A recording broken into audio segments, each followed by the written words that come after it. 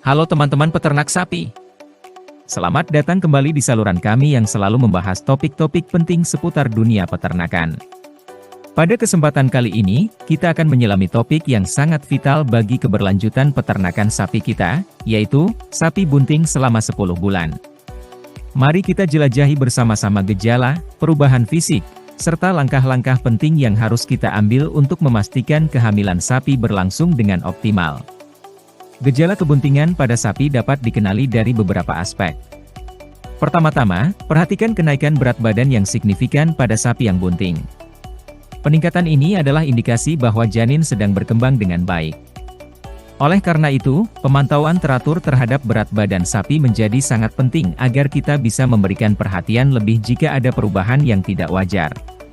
Perubahan perilaku makan juga sering terjadi pada sapi bunting.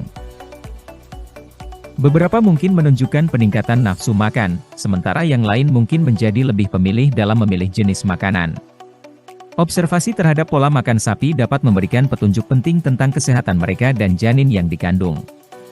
Secara fisik, perut sapi yang bunting akan terlihat lebih besar dan bulat karena pertumbuhan janin. Selain itu, perilaku sapi juga dapat mengalami perubahan, mungkin menjadi lebih tenang atau kurang aktif. Mengamati perubahan-perubahan ini membantu kita memahami kebutuhan dan kesehatan sapi selama masa kebuntingan. Selama 10 bulan kebuntingan, janin sapi mengalami perkembangan pesat. Dari pembentukan organ hingga pertumbuhan tulang, seluruh proses ini memerlukan dukungan hormonal yang signifikan.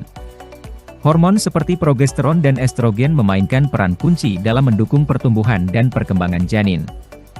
Namun, perkembangan janin bukanlah satu-satunya aspek yang membutuhkan perhatian. Tubuh sapi sendiri mengalami perubahan hormonal yang signifikan. Kalsium, fosfor, dan protein menjadi lebih penting untuk mendukung pertumbuhan janin dan persiapan tubuh sapi untuk melahirkan.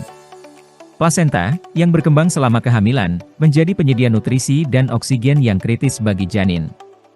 Lalu, bagaimana kita memastikan perawatan optimal selama kebuntingan sapi? Pertama, pastikan sapi mendapatkan asupan nutrisi yang optimal. Kalsium, fosfor, dan protein harus tersedia dalam jumlah yang cukup.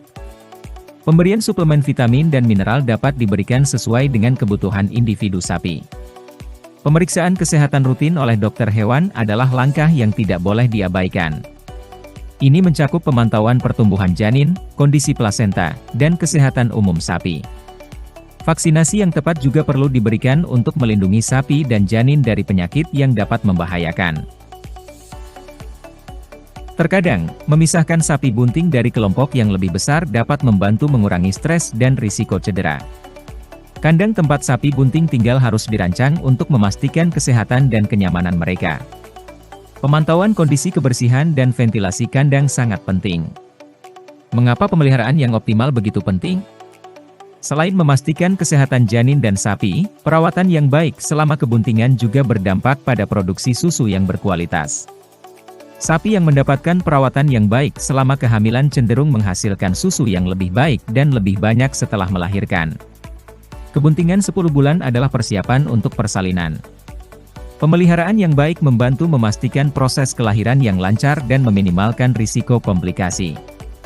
Janin yang lahir tanpa masalah memiliki peluang pertumbuhan yang optimal setelah lahir, berkontribusi pada produktivitas dan keberlanjutan peternakan.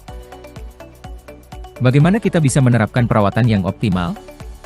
Monitoring berat badan sapi secara rutin adalah langkah yang sederhana namun efektif. Ini memberikan petunjuk tentang kesehatan janin dan sapi secara keseluruhan. Observasi perilaku makan sapi juga membantu mengidentifikasi perubahan dalam pola makan, yang bisa menjadi indikator masalah kesehatan. Membuat catatan kesehatan yang akurat, termasuk tanggal perkawinan dan perkiraan tanggal melahirkan, membantu dalam pemantauan yang efektif. Pemberian kalsium dan mineral lainnya sesuai dengan kebutuhan juga merupakan langkah yang praktis. Dan sekarang, mari jawab beberapa pertanyaan umum seputar sapi bunting selama 10 bulan. Pertama, kapan sebaiknya sapi dikawinkan?